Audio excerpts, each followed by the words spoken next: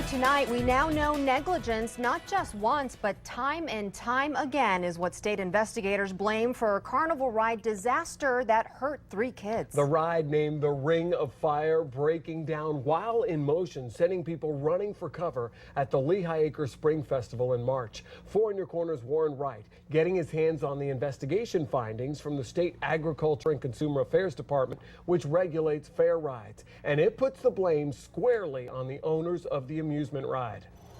The Spring Fling Festival at Veterans Park in Lehigh Acres turned out to be a nightmare for several patrons. I just saw light bulbs and things flying off the ride. The ride started shaking, and then I heard a god-awful scream. The problem? This circular ride that hurls people upside down, the Ring of Fire, stopped in mid-motion.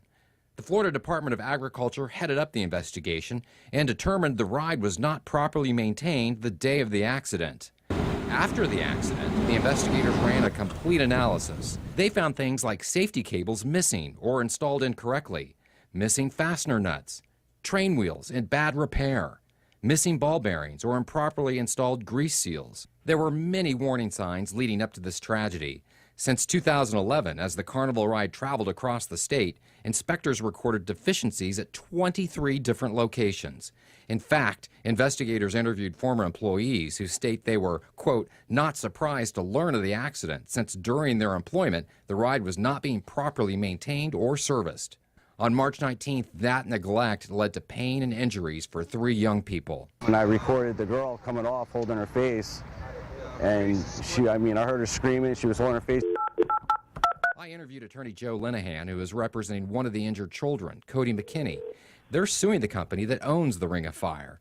He's not ruling out that the state could also be held accountable. Part of the process and requirement under state law is it's supposed to be inspected each and every time.